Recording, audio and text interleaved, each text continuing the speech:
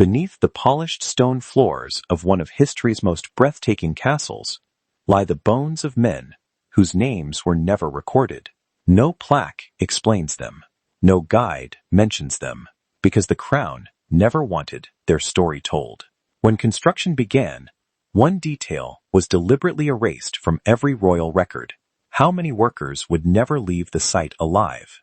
Historians who later examined the ground near the foundations uncovered something no visitor to this castle is ever told. Some of the men who died building it were buried where they fell, sealed inside the very walls they were raising. Picture it: freezing nights, exhausted bodies pushed past their limits, men crushed beneath falling stone, drowned in flooded trenches, worked to collapse by overseers answering only to a crown obsessed with grandeur. The castle you photograph at golden hour, glowing and majestic, was raised on suffering so severe that royal officials chose silence over accountability. Every soaring turret, every gilded hall, every wall built tall enough to intimidate enemies and awe visiting nobles was purchased with human lives the monarchy considered expendable. So the next time you see a castle glowing under the sun, ask yourself, what horrors are hiding beneath that beauty? Because this one held a secret buried for centuries. And once you hear what really happened here, you will never look at a castle the same way again. To truly understand how a palace could rise from so much pain, you have to step back, centuries back, to a time when a king's ambition mattered more than a peasant's life. This was an era when monarchs built not just homes, but statements of power carved from stone.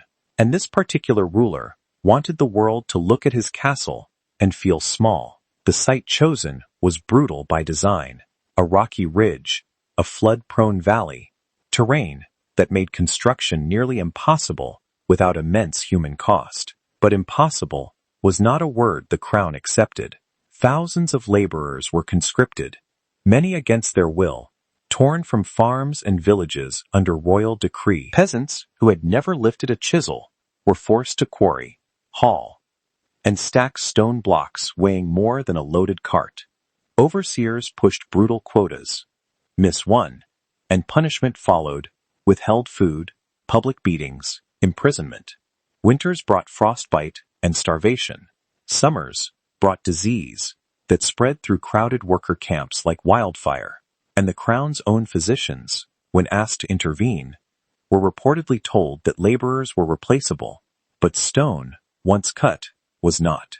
Royal ledgers from the period record staggering sums spent on marble, gold leaf, and imported glass. What they do not record is the true number of dead. Official accounts spoke only of acceptable losses, but local church registries, buried for generations in dusty archives, tell a very different story. One the crown worked for centuries to keep hidden, because those registries reveal a death toll far higher than anyone in power ever wanted the Tim. Peculiarly, here is where the story turns from tragic to genuinely horrifying. When researchers finally gained access to those buried church registries, decades later, they uncovered numbers that did not match any official record the crown had ever released. Entire families listed as removed from parish, a chilling euphemism historians now believe meant death, disappearance, or forced relocation after workers became too injured, too sick, or too outspoken to remain useful. Archaeological excavations near the original construction site later confirmed what those registries hinted at: mass graves, unmarked, uncatalogued, positioned suspiciously close to sections of the foundation that were rushed to completion before a royal visit. Skeletal remains showed signs of blunt trauma, malnutrition, and untreated fractures, injuries consistent with forced labor under violent oversight, not accidents alone. And then comes the moment that redefines everything you think you know about this castle. Buried within one wall, sealed behind a load-bearing stone, investigators found a small personal object, a carved wooden token, the kind laborers sometimes use to mark their presence, their existence, in a project that would never remember their names. It was not an offering. It was not decoration. Historians believe it was a desperate act of defiance, a final proof that a human being had been there, had suffered there, had mattered, even if the crown insisted otherwise. Contemporary accounts from foreign visitors, smuggled out in private letters, describe the site as a graveyard dressed as a palace. One visiting diplomat allegedly refused to attend the castle's completion ceremony, unable to reconcile the celebration above ground with what he had witnessed below it. The monarchy dismissed these accounts as exaggeration, propaganda from rival courts. But archaeology does not lie. And what the ground has slowly given back tells a truth the crown spent centuries trying to bury, along with the men who built it. So what happened once the truth began to surface? Almost nothing. At first, the crown that built this castle faced no tribunal, no reckoning, no public accounting for the lives lost beneath its foundations.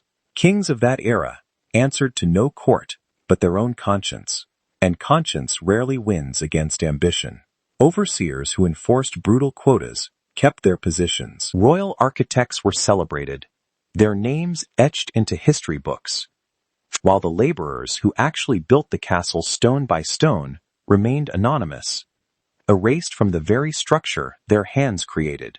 It took centuries, not years, centuries, for historians and archaeologists to piece together what really happened. By the time the mass graves were properly documented, every person responsible was long dead, beyond any earthly justice. The only punishment this history received was exposure itself, the slow, painstaking work of researchers determined to give a voice to people the crown tried to silence forever. And this is why it still matters today. This castle stands as one of countless monuments around the world, built on unacknowledged suffering, palaces, cathedrals, monuments to power that all share the same uncomfortable secret. Whenever we admire architectural beauty, without asking who built it, and at what cost, we risk repeating the same erasure. Modern labor exploitation, forced construction projects, and workers dying unrecognized still happen today, hidden behind glossy skylines and record-breaking megaprojects. This story is not simply about one castle, one king, one century. It is a mirror. It forces us to ask whether we have truly moved past treating human beings as expendable in the name of progress, or whether we have simply gotten better at hiding it, dressing exploitation in glass towers instead of stone turrets, in supply chains instead of quarries. So the suffering remains, while only the disguise changes. Every stone in that castle was once a decision to push a man past exhaustion, to silence a death in a ledger, to choose beauty over mercy. History does not remember most of those men by name, but their labor still stands, centuries later, holding up walls that tourists admire without a second thought.